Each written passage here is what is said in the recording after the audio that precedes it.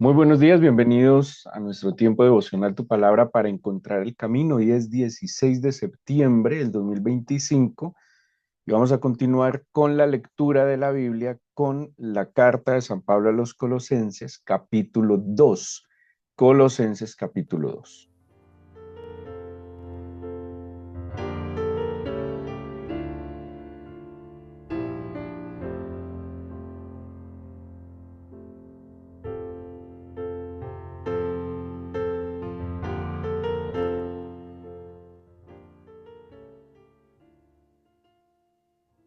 La carta de San Pablo a los Colosenses es una de las cartas que se presume fue escrita desde una de las prisiones de San Pablo. Seguramente es el pensamiento colectivo que fue desde Roma aproximadamente en el año 62 al 63.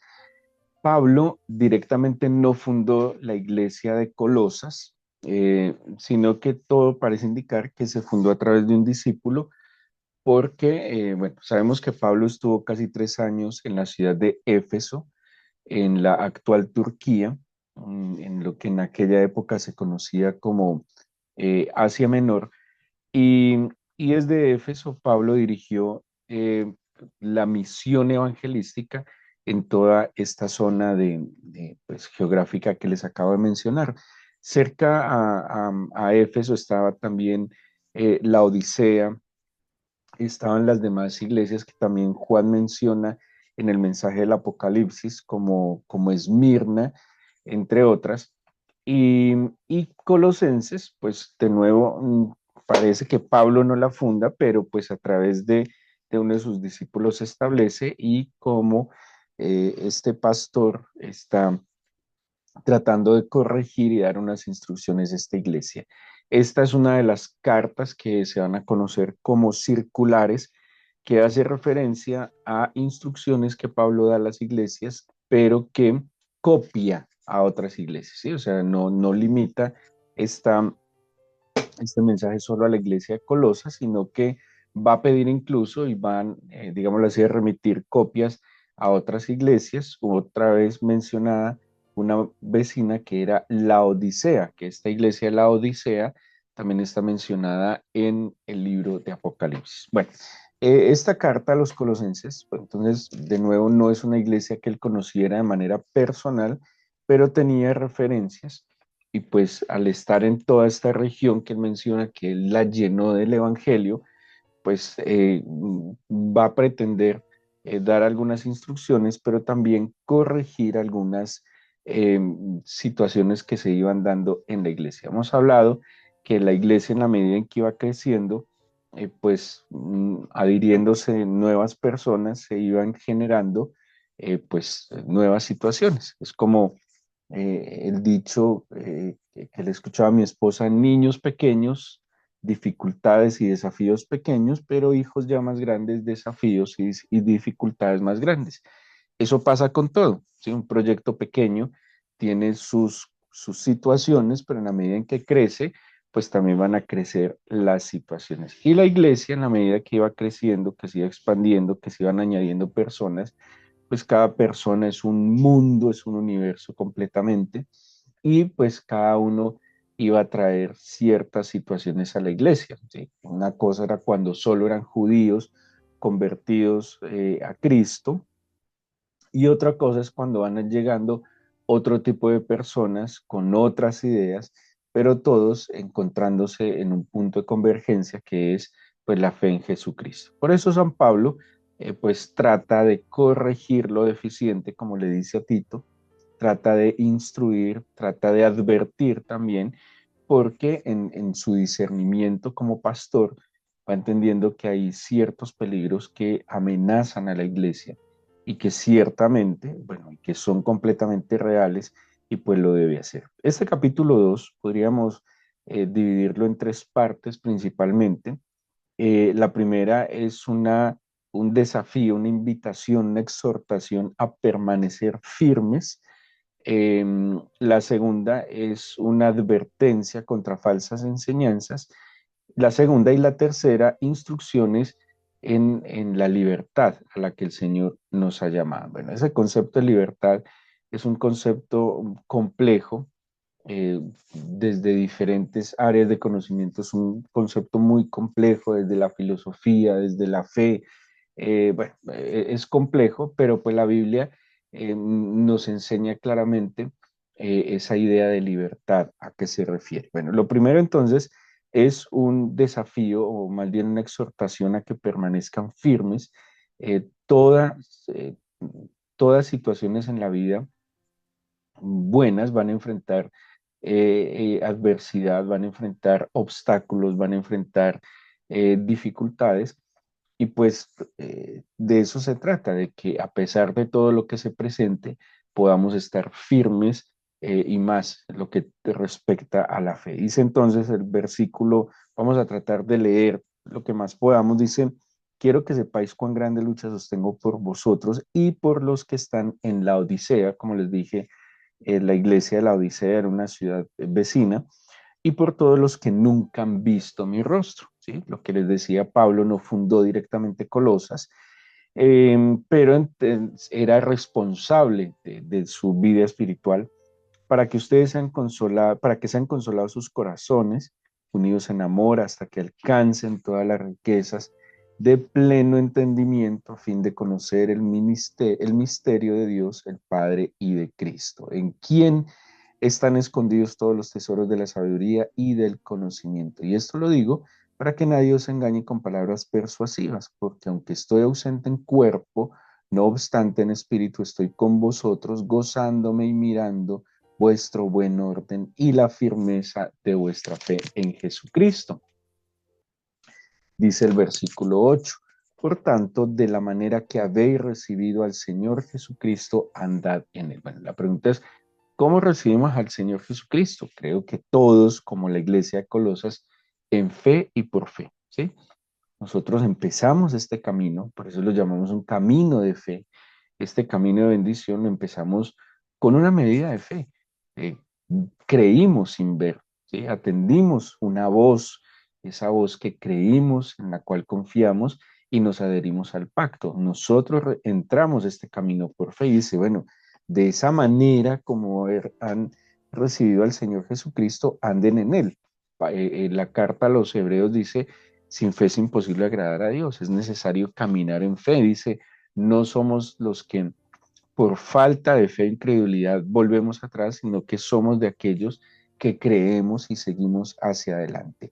Dice entonces, eh, como habéis recibido el Señor, andad en él, arraigados y sobreedificados en él y confirmados en la fe, así como habéis sido enseñados, abundando en acciones de gracias. Pónganle cuidado que aquí hay unos elementos sencillos, básicos, fundamentales del camino de fe.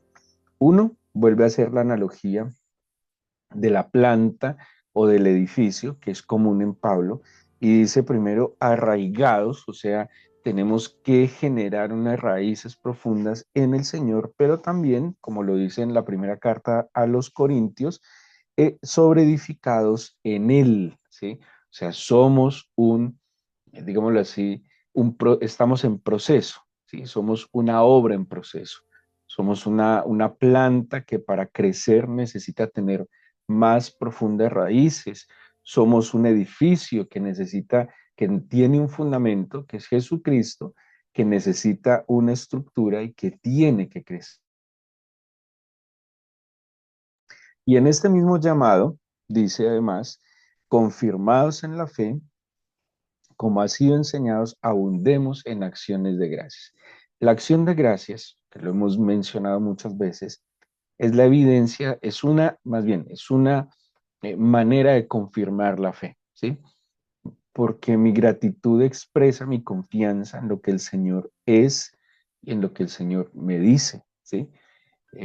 La gratitud es como la confirmación, es como el amén de mi relación con el Señor. Entonces, en esta primera parte, exhorta a que permanezcamos firmes. ¿Por qué? Porque luego va a venir una advertencia a las falsas enseñanzas. Mire, si en aquella época, cuando vemos la Biblia, hay tanta falsa doctrina, falsos maestros, confusiones, eh, pues es lo que nosotros vivimos hoy, ¿sí? Solo que hoy es mucho más difícil, hay mucha más gente, hay mucha más información y los medios de comunicación son instantáneos. Pero la misma lucha que tenían ellos hace 2000 años es la lucha que tenemos que sostener hoy. Por eso la Biblia no pierde vigencia, porque de alguna manera como que la vida del ser humano es cíclica, cambian algunas mm, mm, circunstancias, hay algunas particularidades, pero el comportamiento del ser humano es como el mismo. Entonces, las mismas advertencias que Pablo hace hace 2000 años son advertencias que pues, son vigentes para nosotros hoy de falsas doctrinas, de equivocadas enseñanzas que de alguna manera buscan diluir la verdad del Señor, pero sobre todas las cosas que nos apartemos de la verdad. Cristo es la verdad y dice la Escritura, conoceréis la verdad y la verdad os hará libres. Y la verdad es más que una doctrina. La verdad es una persona, es Cristo mismo. Conocer la verdad es conocer a Cristo de manera evidente, personal, ¿sí? Por eso he analizado mucho en estos días el tema de la fe que viene por el oír la palabra de Dios. Por eso el oído es tan engañado, porque el Señor establece que el creer, la fe, se fundamenta en el oír. Y por eso hay tantas voces que tratan y buscan confundirnos para que no crezca nuestra fe, ¿sí? Para que se disuelva nuestra fe. Y, y lastimosamente, pues a veces lo logra, porque la evidencia de la fe entonces es ver, ¿sí? Porque la fe es la certeza de lo que espero, la convicción de lo que no veo, pero la evidencia, esa fe es evidencia, es que lo que yo escuché lo vea, es que yo vea el poder de Dios, es que yo vea su gloria, es que yo vea sus manifestaciones. He citado mucho en estos días a Job cuando dice, de oídas te había oído, pero ahora mis ojos te ven. Y la fe de muchos está un poco quedada solo en lo que oye, pero no lo alcanza a ver, ¿sí? Y, y hay algo, por ejemplo, Moisés no entró a la tierra prometida, pero Moisés la vio, ¿sí? Muchas cosas no se cumplieron cabalmente en los hombres de fe, pero sí las vieron. Cuando digo vieron es que lo evidenciaron y la fe debe evidenciarse. Ahora, ¿por qué no la estamos evidenciando? Porque en el camino entre el oír y el ver algo está pasando. O el oír se nos está contaminando, ¿sí? Estamos guardando también otras cosas que afectan ese paso hacia la evidencia. Y la evidencia es que se cumple cabalmente las palabras que el Señor dijo, que son las palabras que yo también creí. En esta advertencia, Pablo entonces les empieza a hablar y dice, miren que nadie los engañe por medio de filosofías y huecas sutilezas, según las tradiciones de los hombres, conforme a los rudimentos del mundo y no según Cristo, porque en Cristo habita corporalmente toda la plenitud de la deidad y vosotros estáis completos en él. Mire que él empieza a decir unas verdades que no son como de nuevo, que las hemos escuchado, que las hemos leído, pero en verdad están arraigadas en nuestro corazón, las evidenciamos, porque dice, vosotros estáis completos en Cristo, Él es la cabeza de todo principado y potestad. En Él también fuimos circuncidados con circuncisión no hecha a mano, al echar de vosotros el cuerpo pecaminoso carnal en la circuncisión de Cristo. El concepto de la circuncisión en sí implica identidad, ¿sí? Para el pueblo judío, el hombre circuncidado hacía parte del pueblo, era como lo que en la tradición católica implicaba el bautismo. El bautismo iba acompañado de poner el nombre y de entrar, esa era la idea, como en el reino de los cielos. Bueno, la circuncisión implicaba un nombre, una identidad y entrar en lo que era el pueblo del Señor. Pablo dice, no es la circuncisión de la carne, es que Cristo es el que nos da la identidad, es el que permite que podamos experimentar una renovación, muerte al pecado, vivo para Él. Dice versículo 12, sepultados con él en el bautismo, en el cual fuisteis también resucitados con él mediante la fe en el poder de Dios que le levantó de los muertos. Y a vosotros estando muertos en pecados y en la incircuncisión de vuestra carne, os dio vida juntamente con él, perdonándoos todos los pecados, anulando el acta de los decretos que había contra vosotros, que nos era contraria, quitándola de en medio y clavándola en la cruz, y despojando a los principados y a los potestades, los exhibió públicamente, triunfando sobre ellos en la cruz. Por tanto, nadie os juzgue en comida o en bebida o en cuanto, bueno, vamos a dejarlo hasta ahí, que ahora vienen unas instrucciones de la vida libre. Entonces, ¿qué está diciendo Pablo? Hay unas falsas enseñanzas que los afectan, ¿sí? Hay unas falsas doctrinas que están tratando que ustedes vivan en esclavitud antes que en libertad. Hay unas prácticas que de alguna manera terminan afectando la efectividad de la obra de Cristo, ¿sí? Esto es muy tenaz porque estas falsas doctrinas los llevaban a que hicieran cosas que ellos creían que los acercaba al Señor, pero que de alguna manera estaban negando la efectividad de la obra de Cristo. La obra de Cristo es perfecta. El perdón del Señor es perfecto. El amor del Señor es perfecto.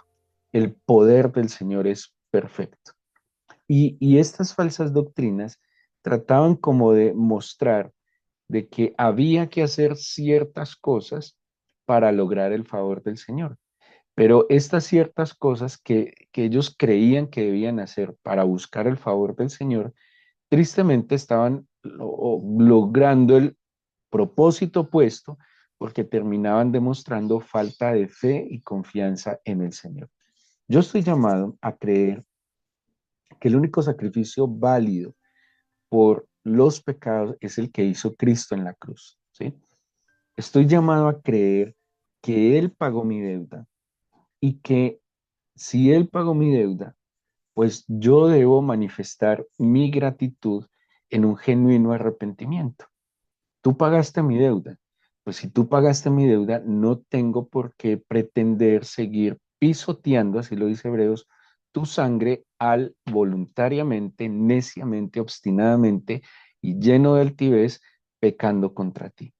Yo estoy llamado a vivir una vida de gratitud que reconozca que tu obra en la cruz fue perfecta, que tú me completas, que todos los vacíos que yo experimentaba, que la soledad que experimentaba, que la frustración que experimentaba, que la soledad que experimentaba por culpas, por todas aquellas cosas que hice, que me hicieron, en verdad tú las puedes sanar.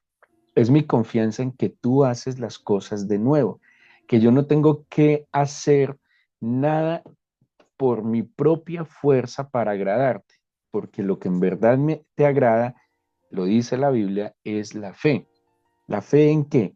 Saber y confiar que tu obra es perfecta.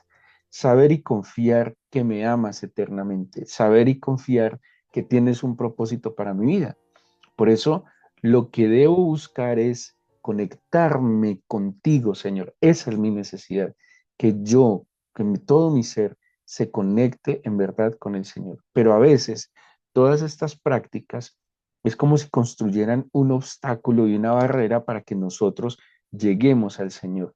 Porque anteponemos, y lo que le pasaba a los colosenses, se anteponían en estas prácticas que no podían y no permitían que el creyente se acercara con confianza al Señor, sino que el creyente anteponía estas cosas, ¿sí? Tratando y creyendo que esto lo hacía más espiritual, lo hacía, permítame decirlo así, más creyente, y lo único que estaba haciendo era diluir la presencia del Señor en su propia vida. Por eso él advierte, estamos completos en Él hemos sido circuncidados, en Él hemos sido bautizados, tenemos una nueva vida, Él nos ha perdonado, Él anuló el acta que estaba en contra de nosotros. Él despojó los principados y las potestades y triunfó sobre ellos en la cruz, ¿sí? Nosotros somos, por obra de Cristo, una nueva criatura, una nueva persona. Por eso dice, hay un llamado a la libertad y hay que vivir en la libertad, pero la libertad no implica libertinaje. Hay cuatro cosas en las falsas doctrinas de la iglesia primitiva que afectaban la iglesia. Uno, el legalismo, ¿sí? Los judíos, entonces dice, los judíos eran, hay que hacer esto en esta fecha, esto en estas fechas, muy pendientes que las lunas nuevas, que, bueno, todo era un legalismo y todo era unas prácticas rígidas. Acordémonos que ellos hablan de 613 mandamientos que hay que cumplir. Bueno, la Biblia en Éxodo 20 habla de 10 mandamientos y hay otros preceptos, estatutos, parámetros que ni siquiera aplicarían al tiempo de hoy, porque hay de esos estatutos que tienen que ver con su realidad de la vida. Los que son inquebrantables son los 10 mandamientos de Éxodo 20 que son innegociables, inquebrantables, pero muchos preceptos que estaban establecidos tienen que ver con normas incluso de convivencia entre ellos y situaciones que estaban viviendo ellos, ¿sí? Ahora, estas instrucciones a la vida libre, que queda en la última parte, pues es un llamado a confiar en la obra perfecta del Señor. Entonces les decía, varios peligros que tenían en las falsas doctrinas. Legalismo, otros un misticismo, que lo va a mencionar ahorita a continuación, el ascetismo, que hacía parte de lo que promovían los gnósticos, que era un trato duro al cuerpo, o por el contrario, un libertinaje, ¿sí? Que como el cuerpo no valía nada, podemos hacer lo que quiera. No, este camino es un camino de libertad, pero es un camino de santidad. Y la santidad no es mojigatería, sino de verdad la comprensión que yo soy diferente, ¿sí? Ahora, nosotros como santos le fallamos al Señor, sí.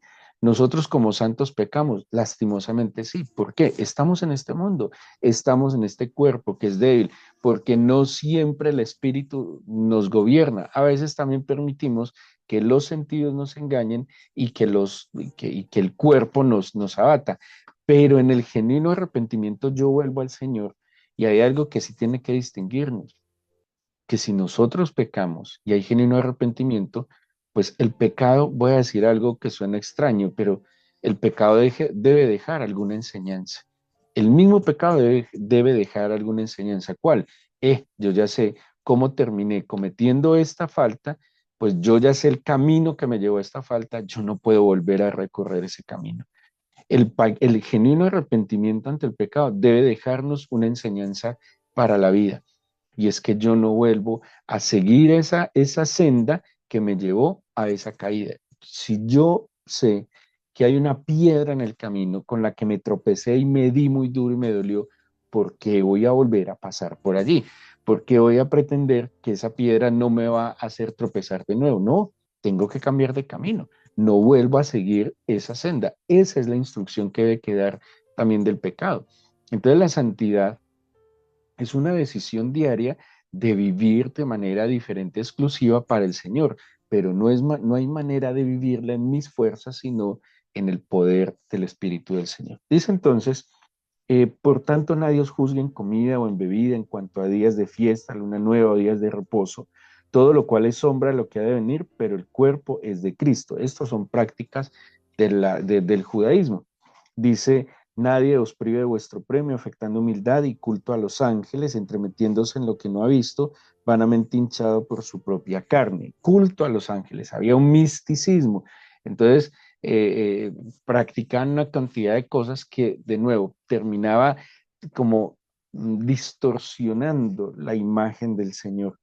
Dice, y pues no se sujetan a la cabeza, en virtud de quien todo el cuerpo, nutriéndose, uniéndose de las coyunturas y ligamentos, crece en el crecimiento de Dios.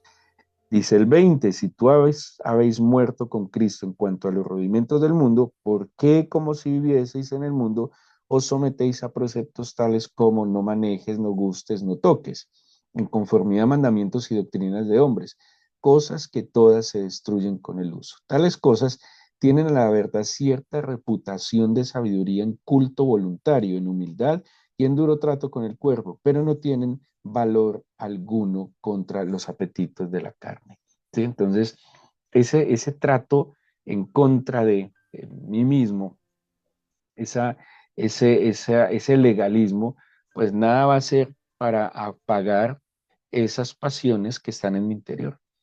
Mire, la, lo que verdaderamente transforma la vida del creyente es conectarse en espíritu, alma y cuerpo con el Señor.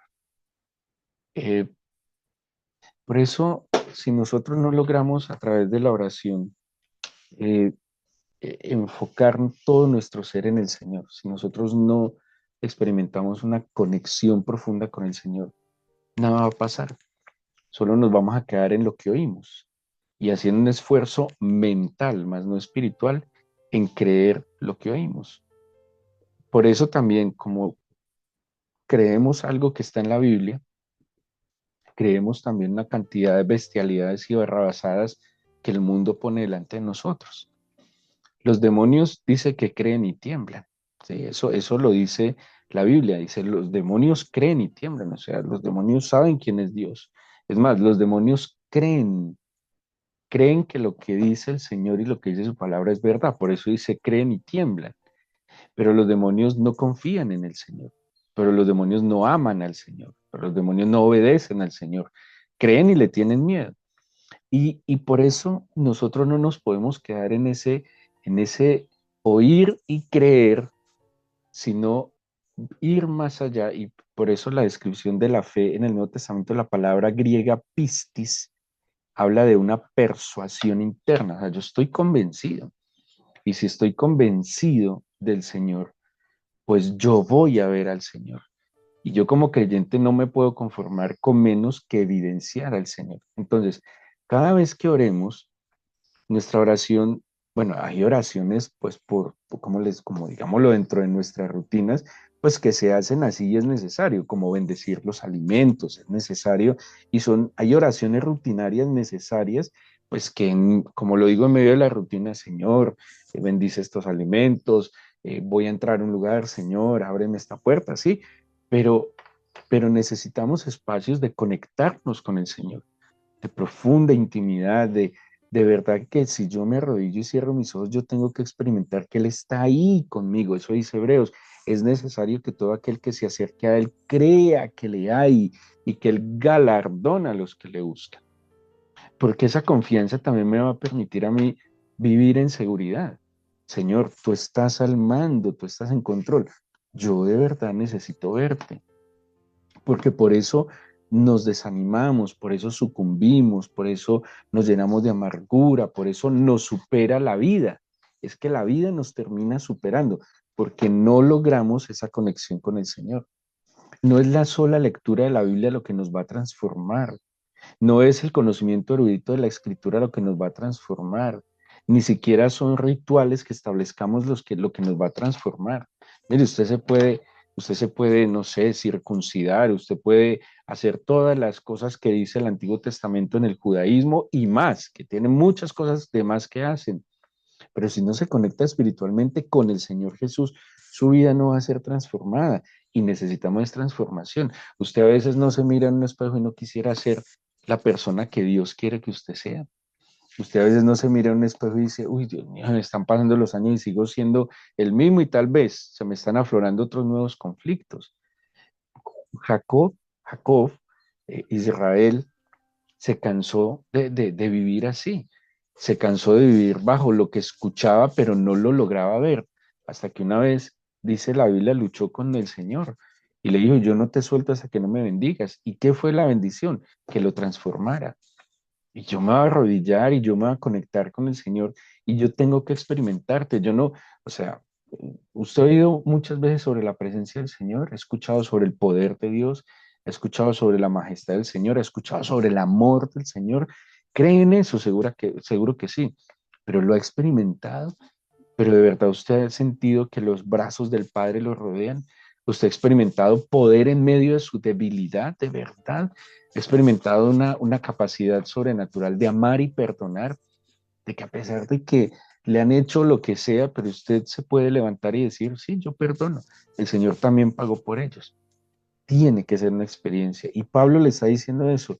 No se queden con lo que oyen, no se dejen engañar con lo que oyen, Ustedes son libres y esa vida, esa libertad solo se experimenta en la presencia de verdad del Señor. En esta mañana, Padre, quiero pedirte y entregarte mi vida y mi corazón. Yo le invito a que cierre sus ojos y piense y ahí donde está. No piense en lo que va a hacer en 5 minutos, no piense en lo que tiene que hacer en 2 horas, solo en este instante. Este es el instante que tiene. Este es el eterno presente que tiene. Y allí donde está, en la postura que tenga, cierre sus ojos y abra sus labios y solo dígale al Señor cuánto lo necesita. Y pídale así que usted no solo quiere oír de Él, que usted necesita verlo, necesita ver lo que tanto ha oído, así lo dice la Biblia. Dígale, Señor, yo no solo quiero creer, yo quiero confiar plenamente en ti, ver tu poder, ver tu gloria, ver tu majestad, verte, Señor, cara a cara, poder percibir tu grandeza, porque así Pablo entendió y comprendió que aún sus debilidades sintieran fortalezas, porque te experimentó. Señor, el cristianismo no puede ser simplemente normas, reglas, hacer que no hacer, no es otra cosa. Es una vida transformada, es una vida renovada. Y yo lo he escuchado, Señor, pero necesito vivirlo. Levante sus manos y lo puede hacer donde está. Y dígale, yo levanto mis manos, me rindo a ti, necesito conectarme contigo. Conéctame con tu espíritu. Fúndeme, Señor, en tu corazón con tu amor. Renuévame, transfórmame. Haz, como dice la misma escritura, de mí esa nueva criatura, un nuevo hombre, una nueva mujer, conforme, Señor, a tu voluntad. Bendícenos, agudiza nuestros sentidos, acércanos a ti y ayúdanos a quitar tanto obstáculo que nosotros mismos hemos levantado entre tú y cada uno de nosotros. Tú abriste el camino, hay un camino directo a ti, eterno Dios. Y yo te pido que cada día encontremos ese camino. Danos tu bendición, Señor, para este nuevo día. Por favor, te lo pido en el nombre de Jesús. Amén.